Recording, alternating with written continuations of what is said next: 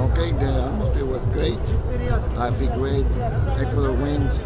Ecuador played great. Good defense, good offense, and people were good. We're very happy for the win. We're going to celebrate tonight. Hope that we do the same thing next game with Netherlands and Senegal also.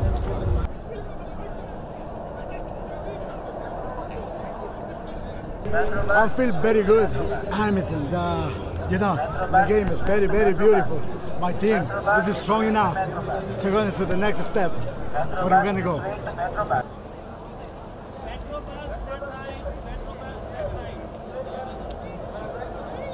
No, I'm excited because my country win. So I'm so happy because we win for 2-0. I don't believe it. I don't know to do more goals because we leaving already. I'm very excited. I'm coming from New York, so I'm so happy for my country.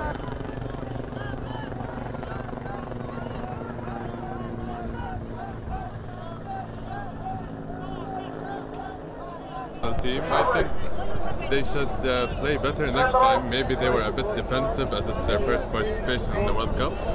But I think hopefully starting the next games, they're going to be pushing forward more.